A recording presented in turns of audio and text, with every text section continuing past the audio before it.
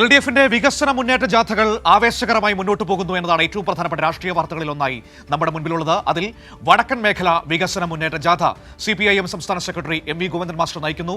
ജാഥ ഇന്ന് കണ്ണൂർ ജില്ലയിൽ പര്യടനം തുടരുകയാണ്. രാവിലെ മട്ടന്നൂരിൽ ആദ്യ സ്വീകരണം. ജാഥയുടെ പര്യടന വഴികൾ, വിശേഷങ്ങളൊക്കെ പങ്കുവയ്ക്കാനായി PV കുട്ടൻ നമ്മളോടൊപ്പം ചേരുകയാണ് കണ്ണൂരിൽ നിന്ന്. നോക്കാം ജാഥയുടെ ഇന്നത്തെ വിശേഷങ്ങൾ എന്തൊക്കെയാണെന്ന്. കുട്ടൻ, ഗുഡ് മോർണിംഗ്. വടക്കൻ മേഖല വികസന മുന്നേറ്റ ജാഥ കണ്ണൂർ ജില്ലയിൽ പര്യടനം തുടരുന്നു. ഇന്ന് മട്ടന്നൂരിൽ ആദ്യ സ്വീകരണം അല്ലേ? അതിനുശേഷം ജാഥയുടെ ഇന്നത്തെ സ്വീകരണങ്ങൾ എവിടെയൊക്കെയാണ്? Good morning Manu.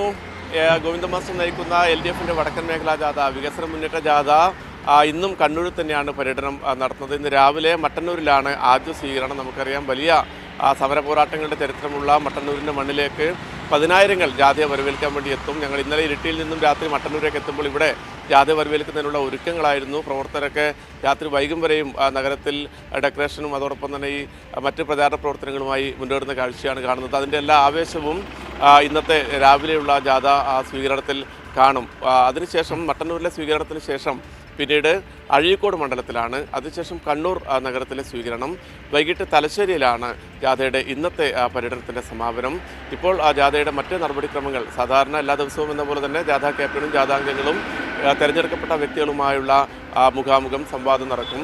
അതിവിടെ മട്ടന്നൂരിലാണ് അറേഞ്ച് ചെയ്തിരിക്കുന്നത്. രാവിലെ 8:30 മണിയോടുകൂടി തന്നെ ജാഥാ ക്യാപ്റ്റനും ജാഥാംഗങ്ങളും ഒക്കെ ഇവിടെ എത്തും. ഈ ചർച്ചക്കകത്ത് കഴിഞ്ഞ ദിവസങ്ങളിലൊക്കെ രാവിലെ നടക്കുന്ന ഈ പ്രഭാത ചർച്ചക്കകത്ത് നവകേരളം പടുത്തുയർത്തുന്നതിനുള്ള ക്രിയാത്മകമായ നിർദ്ദേശങ്ങൾ, അതോടൊപ്പം തന്നെ എല്ലാ കാര്യങ്ങളും ജനങ്ങളുടെ ആവശ്യങ്ങൾ ഒക്കെ CPI സംസ്ഥാന സെക്രട്ടറി കേൾക്കുന്നു.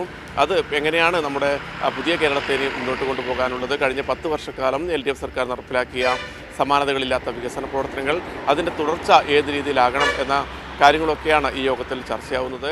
അതോടൊപ്പം തന്നെ കഴിഞ്ഞ ദിവസങ്ങളിലൊക്കെ എല്ലാ കേന്ദ്രങ്ങളിലും ഇന്നലെ വൈകിട്ടൊക്കെ ശ്രീകണ്ഠാപുരം, ഇരിട്ടി ഉൾപ്പെടെയുള്ള മലയോര കേന്ദ്രങ്ങളായിരുന്നു ജാഥയുടെ സ്വീകരണം.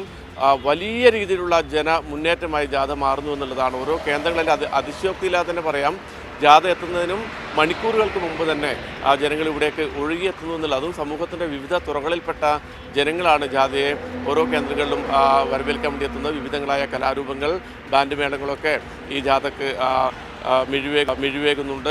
ഏതായാലും വളരെ ആവേശകരമായി ജാഥ മുന്നോട്ട് പോകുന്നു.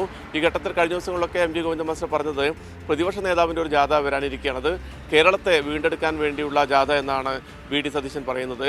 അതുമായി ബന്ധപ്പെട്ട് MV ഗോവിന്ദ മാസ്റ്റർ ചോദിക്കുന്ന ചോദ്യങ്ങൾ, ഈ കേരളത്തെ വീണ്ടെടുക്കുക എന്ന് പറയുന്നത് 10 കൊല്ലത്തിന് മുമ്പുള്ള കേരളത്തെ വീണ്ടെടുക്കലാണോ? അതായത് ദേശീയപാത വികസനമില്ലാത്ത, ഗെയിൽ പൈപ്പ് ലൈൻ ഇല്ലാത്ത, പെൻഷൻ മുടങ്ങുന്ന, നാടിൻ്റെ സമഗ്ര മേഖലയും പിറകോട്ട് നയിച്ച 10 വർഷം മുമ്പുള്ള കേരളത്തെ വീണ്ടെടുക്കാനാണോ സതീശൻ യാത്ര നടത്തുന്നതെന്നുള്ള വളരെ പ്രസക്തമായ ചോദ്യമാണ് MV ഗോവിന്ദ മാസ്റ്റർ ചോദിക്കുന്നത്.